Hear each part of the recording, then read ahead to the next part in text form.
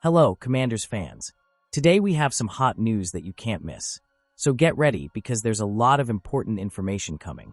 Before we start, we'd like to take the opportunity to subscribe to the channel, activate the bell, and stay up to date with all the news about our Washington Commanders. Don't forget to leave a like, which really strengthens our community and helps bring this content to the most passionate fans of the team. Now, without further ado, let's get straight to today's news. Washington Commanders are incentivized to add an elite pass rusher in free agency. The Washington Commanders offseason is off to a promising start with the arrival of wide receiver Deebo Samuel in the nation's capital. His addition to the roster gives the team a powerful offensive duo alongside Terry McLaurin, significantly strengthening the receiving core. However, with significant cap space, Washington still has room to continue bolstering its roster. With quarterback Jayden Daniels still under his rookie contract, the time is ripe to invest in impact players and accelerate the construction of a competitive team. The question now is, what will be the next big move for head coach Dan Quinn and general manager Adam Peters?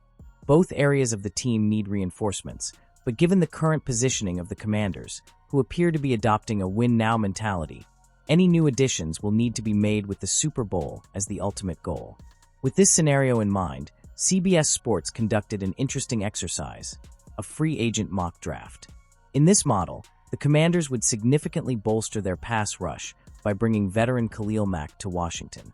The one thing Washington really needs after adding Deebo Samuel to the offense? A proven pass rusher for Dan Quinn, CBS Sports wrote. Mack may be older, but the Commanders are here to win now. Mack is coming off a relatively low-key season, in which he recorded 6.0 sacks, 15 quarterback hits, and 6 tackles for loss in 17 games. Despite that, he still earned a spot in the Pro Bowl, demonstrating that his impactability remains relevant. It's worth noting that Mack performed exceptionally well in 2023, racking up 17.0 sacks, which shows that he still has plenty of gas left in his tank. According to Spotrac.com, Mack's market value is estimated at an impressive $23.6 million per year APY. However, given the current free agency landscape, it's unlikely he'll command that amount on the open market. Last year, Mack signed a one-year deal with the Los Angeles Chargers for $19 million. Could a similar deal happen in Washington? While a contract worth exactly $19 million may not be the most likely, a one-year deal to significantly increase pressure on the quarterback could make sense, especially given the uncertainty surrounding Jonathan Allen's future with the team. The Commanders still have holes to fill, but with the arrival of Deebo Samuel bolstering the offense, adding Mack to lead the defense would be a strategic and impactful move. With the right pieces in place, Washington could cement itself as a strong contender next season. The Commanders' price tag just went up in a potential Myles Garrett trade. While the Washington Commanders mull a blockbuster trade for Myles Garrett, the price tag for elite pass rushers just went up. That's because the Las Vegas Raiders just gave Maxx Crosby a 3-year, $106.5 million contract extension, making him the highest-paid non-quarterback player in the NFL. Garrett signed with the Cleveland Browns through 2026 on a 5-year, $125 million deal.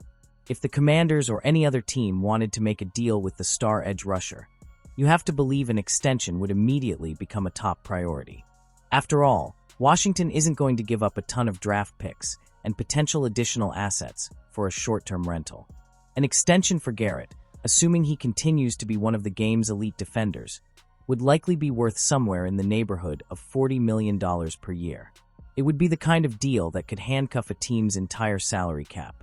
If that team ends up being Washington, consider that quarterback Jayden Daniels will be in the final season of his rookie contract in 2027, albeit with a 5th-year option almost certain if a new deal isn't secured before then. The Commanders would be mortgaging their financial flexibility to Myles Garrett. That means the Commanders will be looking to give him a massive, potentially record-breaking long-term deal. Daniels would be their top priority if he continues to produce at an elite level. Long story short, Washington will have to be cautious when it comes to Garrett. Right now, the Commanders are in their ideal window with a budding superstar quarterback with 2 or 3 years left before they have to pay him. Daniels becomes eligible for an extension after 3 seasons. They have the 5th most salary cap space in the NFL. Even after trading wide receiver Deebo Samuel Sr., these next 2 or 3 years are where Adam Peters needs to go all in to maximize his roster to compete for Super Bowls. Garrett may be part of that plan. He may not be. If he is, the presence of the former first-round pick will force Washington to choose who the team can afford. All-Pro wideout Terry McLaurin will be up for a new deal after the 2025 season. If not before, speculation is mounting about an extension this offseason. Given the career year he had in 2024, he'll be looking for the best price. Explosive linebacker Frankie Louvu, who was brought in for a bargain, is set to be a free agent after 2026. The harsh reality of being a contender is that sustaining a winning core is often as difficult as building one.